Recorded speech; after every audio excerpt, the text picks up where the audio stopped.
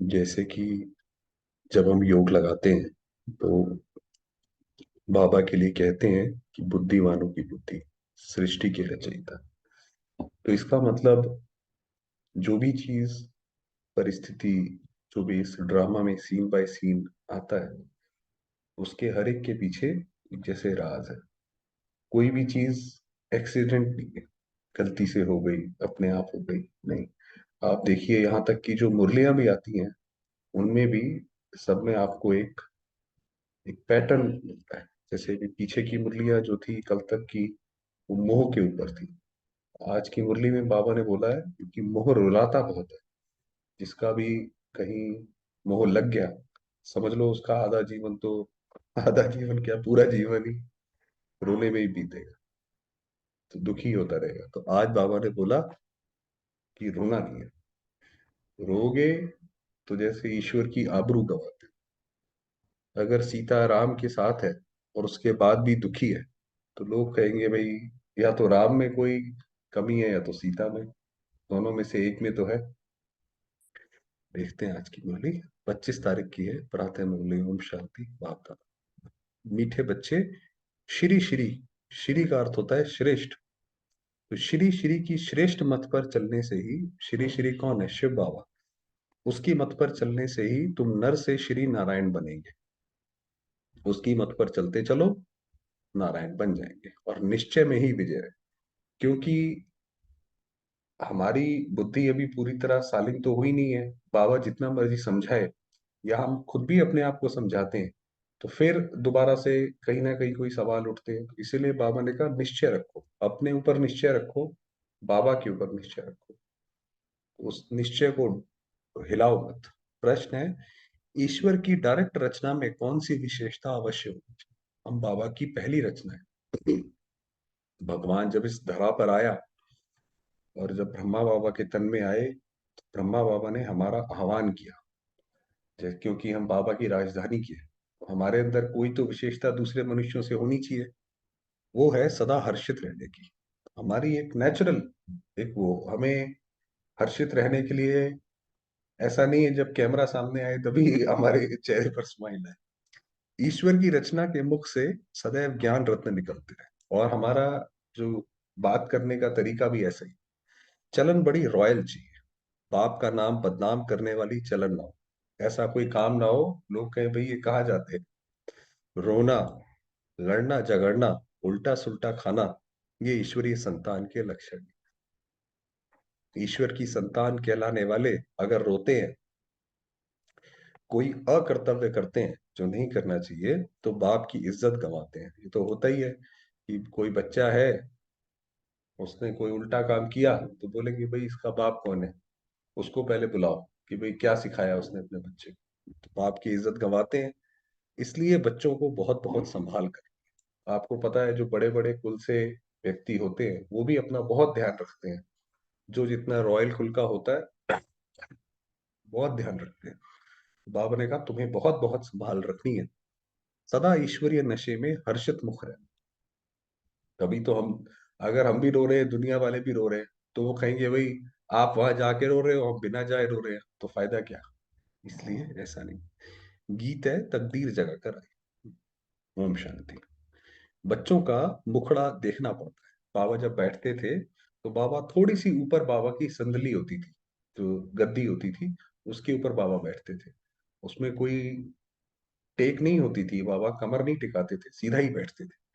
बस ये कहते थे थोड़ा ऊपर इसलिए रखना पड़ता है क्योंकि बच्चों को देखना है सब। तो बाबा कहते हैं बच्चों का मुखड़ा देखना पड़ता है। ये कोई साधु संत नहीं, बाप दादा और बच्चे हैं। ये तो हम बाबा के साथ जैसे एक परिवार में बैठे हैं। इसको कहा जाता है ईश्वरीय कुटुंब परिवार। बाबा ने कहा ये कुटुंब है। ईश्वर यानी परम पिता, जिनका बच्चा है ये ब्रह्मा। पहले शिव बाबा सबसे बड़ा बाबा, फिर उसके नीचे ब्रह्मा, फिर तुम हो ब्रह्मा कुमार कुमारियां। ये है, वह है वर्ल्ड का फादर। यूं सारी दुनिया के तीन फादर तो होते ही हैं। एक निराकार बाप, एक तो जो शिव बाबा, दूसरा प्रजापिता ब्रह्मा, दूसरा जो पूरी सृष्टि का रचयिता है, जिसको अलग अलग धर्म अलग अलग नाम से याद करते हैं, और तीसरा फिर लौकिक बाप जो शारीरिक रूप से जन्म देता है। परंतु ये किसको भी पता नहीं है।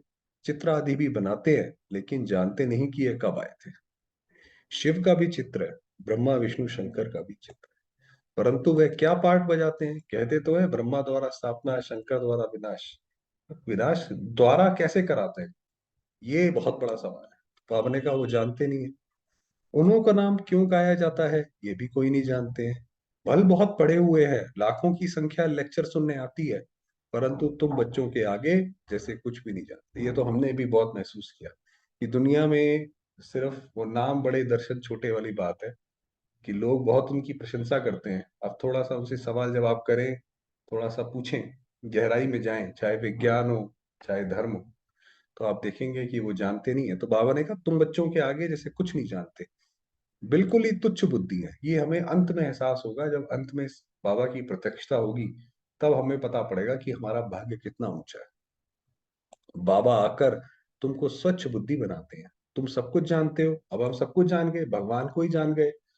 भाई वो गणेश था, उसने शिव के ही चक्कर लगा लिए, उसने बोला मेरा यही संसार है। हम भी वही गणेश है, जब बाबा को ही जान लिया तो सब जान लिया। ऊंचते ऊंच बाप है, अब नई रचना रच रहे हैं। नई दुनिया में नई रचना चाहिए। गांधी जी भी कहते थे नई दुनिया, नया राज्य चाहिए। भारत ही है जिसमें एक राज्य सतयुग में होता है, केवल भारत ही है जिसमें सतयुग में। एक हिस्टोरियन था, उसने बोला था जो 120 देश भारत में ही सम्मिलित थे, उसने ये बोला। तो बाबा ने कहा ये भारत ही है जिसमें एक राज्य होता है, कि एक छत्र राज्य, श्री नारायण का एक छत्र राज्य। सिर्फ सूर्यवंशी लक्ष्मी नारायण का राज्य होता है, फिर चंद्रवंशी का राज्य होता है, तो सूर्यवंशी प्राय लोप हो जाता है। जैसे राज्य सूर्यवंशी से चंद्रवंशी में आता है, तो कुछ ना कुछ जो है वो गिरावट भी आती है, और जो सूर्यवंशी के समय की बात थी वो धीरे धीरे लोप हो जाती है, छुप जाती है। जैसे मुगलों ने जब आक्रमण करा, तो उन्होंने सारे मंदिर हटा दिए, उसकी बजाय मस्जिद और बाकी सब चीजें बना दी, तो मंदिर कम हो गए, तो जो लोप हो गए जैसे। फिर कहा जाता है चंद्रवंशी राज्य। हाँ, वह जानते हैं कि लक्ष्मी नारायण होकर गए हैं, इसीलिए जो पहले के राजा थे वो अपने आप को विष्णु का अवतार मानते थे। तो ये वो मानते थे कि हम ये सूर्यवंशी के वंशज हैं, परंतु कहलाएगा राम सीता का राज्य। तो ब्रह्मा कोई क्रिएटर नहीं है, रचयिता एक बाप है, रचने वाला एक बाप है। शिव बाबा रचता आते हैं, आकर बतलाते हैं कि मैं कैसे नई रचना रच रहा हूं। ब्रह्मा द्वारा तुम ब्राह्मणों को रच रहा हूं, तो बाप से जरूर वर्षा मिलना चाहिए। ये थोड़ी सी बात भी कोई समझ जाए तो 21 जन्मों के लिए अहो सौ। कि अगर बाबा को समझ गए कि ये कौन सा बाबा है, ये क्या देने आया है, और हमारे मन ने स्वीकारा कि ये हमारा पिता है, तो बाबा जब हम स्वीकारा तो उसके वारिस बन गए, तो अगले 21 जन्म तो हम तर गए। कभी भी दुखी व विधवा नहीं होंगे। ये किसकी बुद्धि में पूरा नशा ही नहीं है बहुत सहज। बाबा ने कहा "ये तो बहुत सहज है"। ओम शांति। फिर दोबारा बाबा ने बोला ओम शांति। तुम आते हो इस पाठशाला में, किसकी पाठशाला है? श्रीमद् भगवत की पाठशाला है, भगवान की पाठशाला है। फिर उनका नाम गीता रख दिया है। श्रीमत श्रेष्ठ ते श्रेष्ठ परमात्मा की है। वे अपने बच्चों को श्रेष्ठ मत दे रहे हैं। भगवान अपने बच्चों को सबसे बड़ी श्रेष्ठ मत क्या दे रहे हैं? आगे तो तुम रावण की आसुरी मत पर चलते आए। बाबा की मत जो है वो दुनिया की मत से अलग है। बाबा ने कहा अभी तक तो जो तुम चले हो वो तो रावण के हिसाब से चले हो, अपने को बहुत बुद्धिमान समझते हो, सब रावण की मत है। अब ईश्वर बाप की मत मिलती है। मैं सिर्फ तुम्हारा बाप नहीं हूं, तुम्हारा बाप भी हूं, टीचर भी हूं, सतगुरु भी हूं। जो हमारे बनते हैं, कहते हैं शिव बाबा ब्रह्मा मुख द्वारा हम आपके बन गए। हम यही कहते हैं कि भाई अभी जैसे अभी बात करी कि ब्रह्मा ने अडॉप्ट किया, प्रतिज्ञा करते हैं मैं आपकी हूं, आपकी ही रहूंगी। जैसे हमने बाबा को पहचाना, तो हमें पता पड़ा जब हम परम धाम से आए तब भी बाबा के पास थे, जब हम सतयुग त्रेता में थे तब भी ब्रह्मा बाबा के पास थे, और अब फिर दोबारा से बाबा के पास जाना है। तो इसलिए हमारा मन प्रतिज्ञा करता है कि हम आपके ही थे, आपके ही रहेंगे। तो बाबा भी कहते हैं तुम हमारे हो। इसे दोनों साइड से सौदा हो गया। बाबा ने भी सर पे हाथ रख दिया, अब मेरी मत पर चलना। तो बाबा ने कहा अब तुम मेरे हो तो मेरी मत पर चलना, मेरा कहा मानना। श्रीमत पर चलने से तुम श्रेष्ठ लक्ष्मी नारायण बन जाएंगे, गारंटी है। कल पहले भी तुमको नर से नारायण, नारी से लक्ष्मी बनाया था। बाबा ने कहा ये तो मैंने कल पहले भी बनाया था, क्योंकि बाबा को तो याद रहता है पिछले कल्प का भी। ऐसा कोई मनुष्य कह ना सके, किसको कहने आएगा नहीं, कि बाबा तो सारी आत्माओं को जानते हैं। तो बाबा ने कहा ऐसा कोई नहीं कह सकता। ये बाप ही कहते हैं, मेरे बच्चे, मैं तुमको राजयोग सिखलाकर फिर से स्वर्ग का मालिक बना। सतयुग है अल्लाह की दुनिया। सतयुग जो है अल्लाह का बगीचा, या अल्लाह की दुनिया। भगवती भगवान को अल्लाह कहेंगे। इस समय सब उल्टे लटके हुए हैं। उल्टे, जैसे चमगादड़ रात को आप देखेंगे पेड़ पे जाके उल्टा लटक जाता है, उल्टे लटके हुए हैं। चील आकर टुंगा लगाती है ना, यहाँ भी माया टुंगा लगा देती है, दुखी होते रहते हैं। अभी बाप कहते हैं तुमको इन दुखों से, विषय सागर से क्षीर सागर में ले चलते हैं। अब तो दुनिया में आप देखिए हर जगह किसी न किसी तरीके का दुख ही है। संबंधों में भी दुख है, प्रकृति में भी दुख है, शरीर से भी दुख है।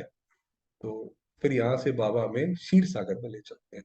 अब क्षीर सागर तो कोई है नहीं, कह देते हैं विष्णु सूक्ष्म वतन में क्षीर सागर में रहते हैं। वो विष्णु का चित्र दिखाते हैं कि वो समुद्र के तले पर लक्ष्मी जी पांव दबा रही हैं, और वो कमल फूल, वो क्या है, नाग पे आसनधारी हैं। तो बाबा ने कहा ऐसा तो है नहीं, ये अक्षर महिमा के, ये तो उनके जैसे महिमा गाया।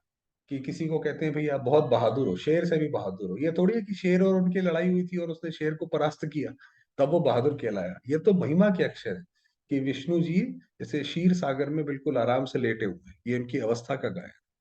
अब मैं ज्ञान सागर तुम बच्चों को स्वर्ग का मालिक बनाता हूँ।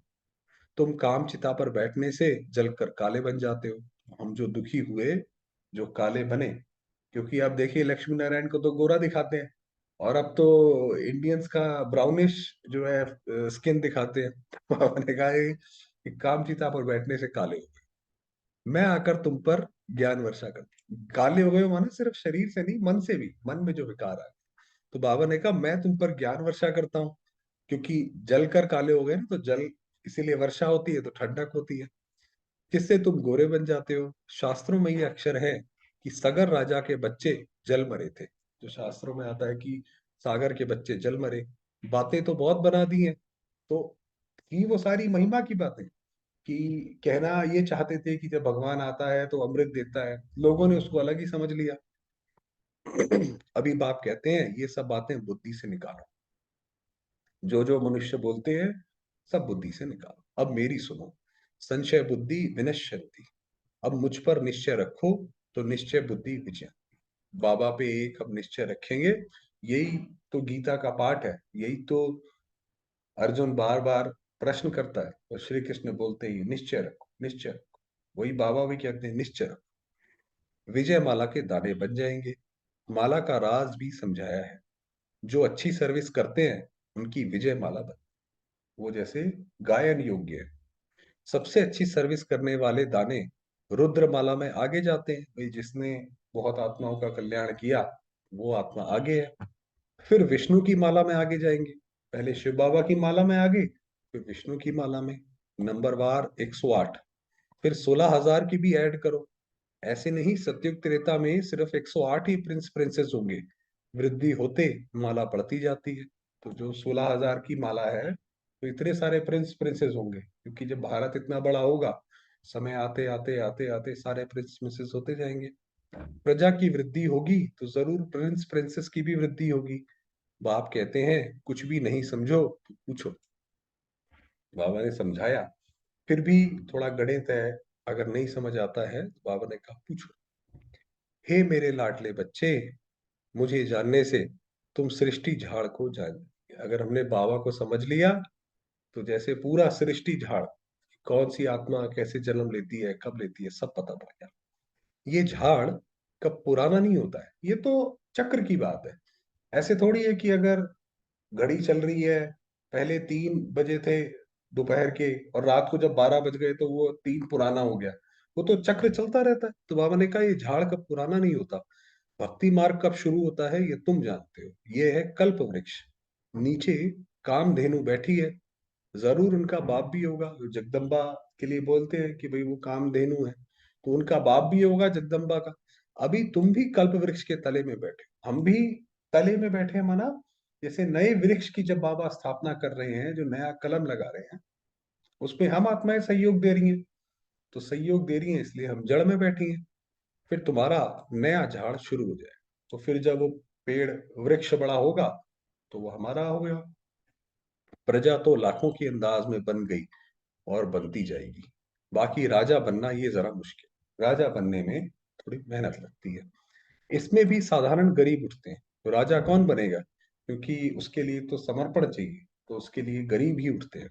बाबा कहते हैं मैं गरीब निवाज मैं हूँ। बाबा ने कहा सबसे बड़ा गरीब, बाबा जो है सबसे बड़ा प्रिंसिपल एक्टर है। प्रिंसिपल एक्टर है तो माना जैसे कि सबसे ज्यादा गरीब भी वही है, सबसे ज्यादा माला माल भी वही है। तो बाबा ने कहा गरीब निवास मैं हूँ। दान भी गरीब को दिया जाता है। अहिल्याएं कुब्जाएं पाप आत्माएं जो हैं, ऐसे ऐसे को मैं आकर वरदान देता हूँ। बाबा ने कहा ये जो बूढ़ी बूढ़ी माताएं हैं उनको आकर मैं दान देता हूँ। तुम एकदम सन्यासियों को भी बैठ ज्ञान देंगे। ब्राह्मण बनने बगैर देवता कोई भी बन ना सके। जो देवता वर्ण के थे वह ब्राह्मण वर्ण में आए, तब फिर देवता वर्ण में जा सके। तो बाबा ने कहा रास्ता जो है वो ऐसे है। तुम माता पिता गाते तो सब हैं, परंतु तुम अब प्रैक्टिकल में। बाबा ने कहा दुनिया में तो बस प्रार्थना गाते हैं, मगर वो जानते थोड़ी हैं ये है ब्राह्मणों की नई रचना। ऊंच से ते ऊंच चोटी ब्राह्मण, ऊंच ते ऊंच भगवान, फिर ईश्वरीय संप्रदाय। तो तुमको इतना नशा रहना चाहिए कि ये जो, एक तो हम ब्राह्मण हैं, और ईश्वरीय संप्रदाय जो बाबा ने ऊपर बोला था कि उसकी फैमिली का पार्ट है। कभी सोचा भी नहीं था कि भगवान की फैमिली का पार्ट है। तो बाबा ने कहा नशा रहना चाहिए। हम ईश्वर के पोत्रे पोत्रियां प्रजापिता के बच्चे हैं। अब ईश्वर के बच्चे तो सदैव हर्षित रहने चाहिए कि हैं ईश्वर के बच्चे, मगर आज ही हो गया कल वो हो गया तो ऐसे बस करते हैं। बाबा ने कहा नहीं, कभी रोना नहीं चाहिए। यहाँ बहुत ब्रह्मा कुमार कुमारियां कहलाने वाले भी रोते हैं। खास कुमारियां, कुमारियां बेचारी आपको पता है सीधी सादी होती हैं तो रोती हैं। पुरुष रोते नहीं है, उनका रोने का तरीका अलग है। वो मन में गुस्सा, मन उनका हो जाएगा बस, तो रोने वाले नाम बदनाम कर देते हैं। वह माया के मुरीद देखने में आते हैं। भाई रोते क्यों है, क्योंकि कहीं ना कहीं माया अंदर बैठी है।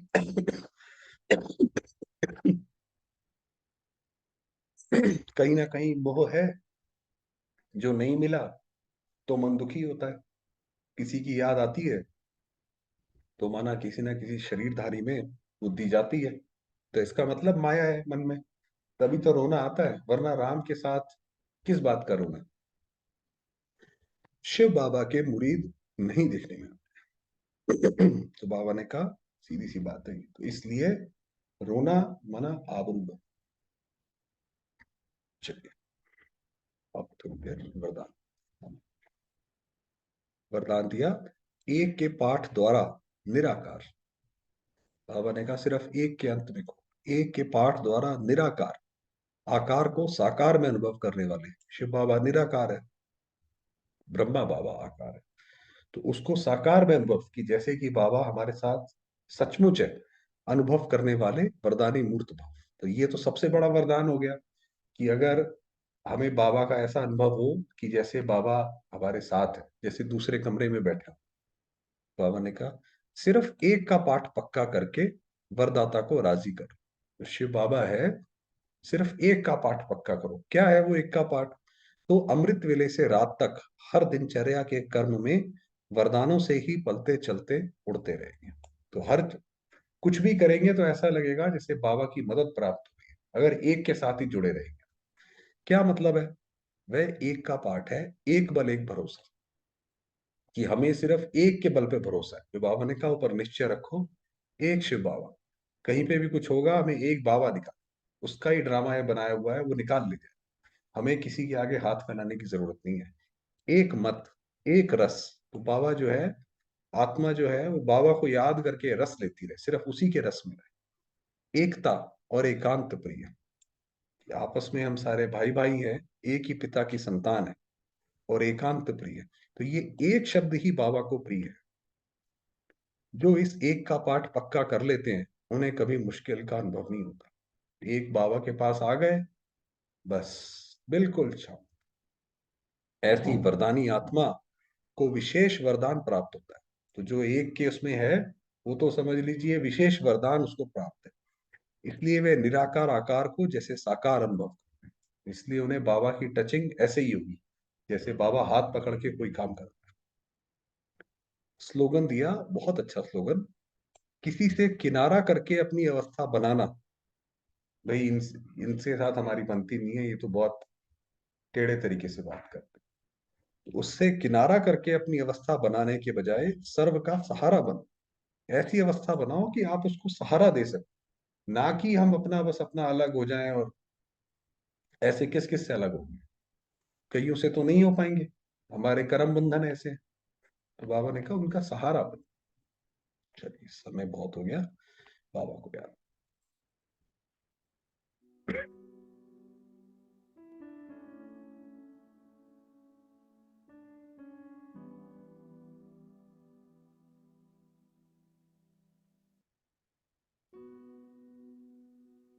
मैं आत्मा,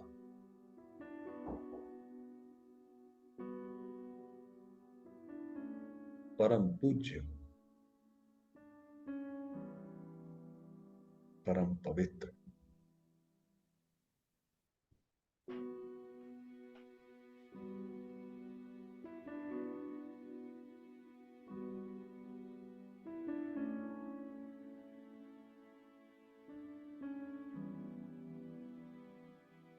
मेरे पिता शिव,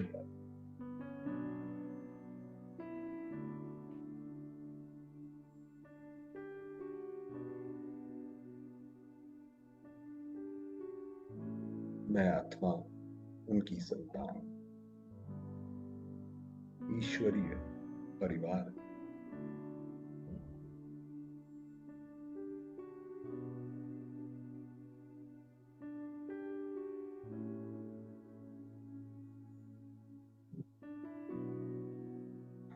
प्यारे बाबा की अपार कृपा,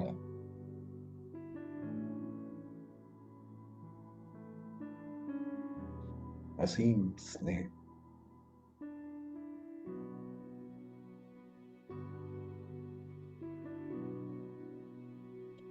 अनेक वरदान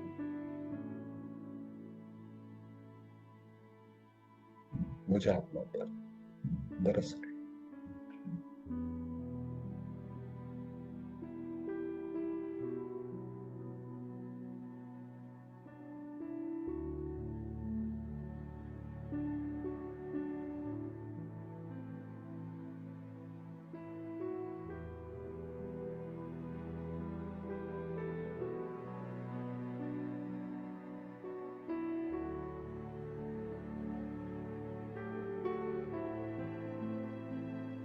मेरे चारों ओर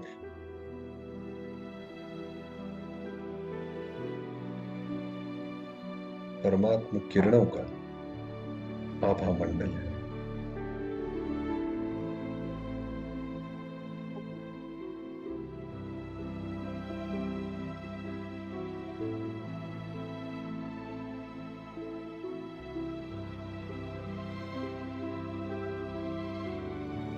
मैं आत्मा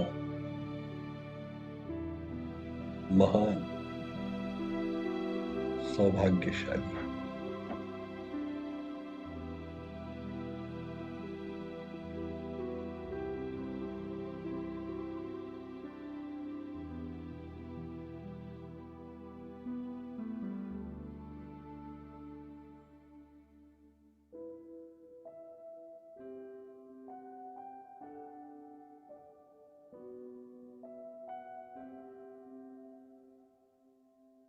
बाबा की सर्व शक्तियों की अधिकारी।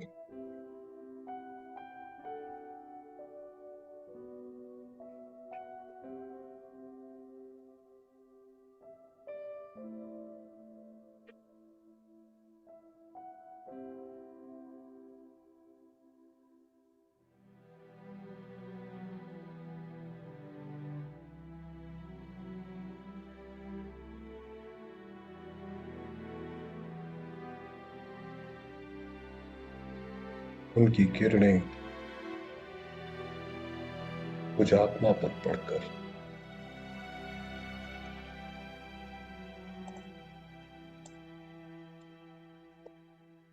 सारे संसार में फैल रही।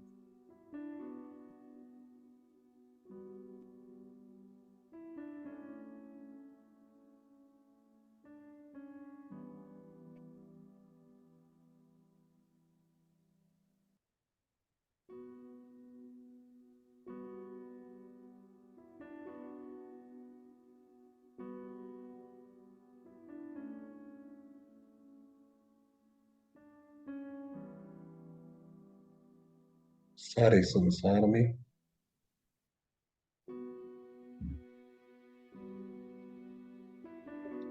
शांति,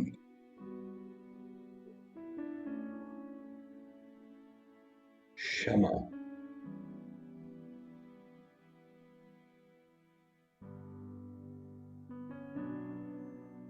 और दया की परमात्म किरणें व्याप्त है।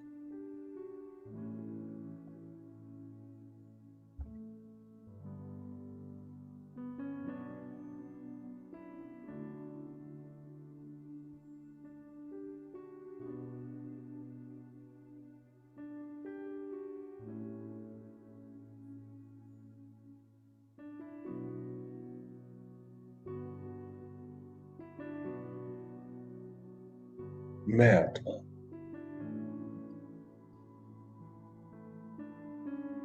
सच्ची सीता हूं।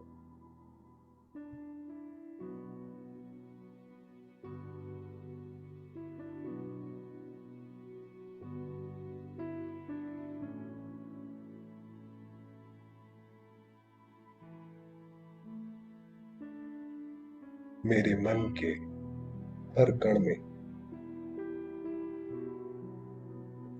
केवल शिव बाबा।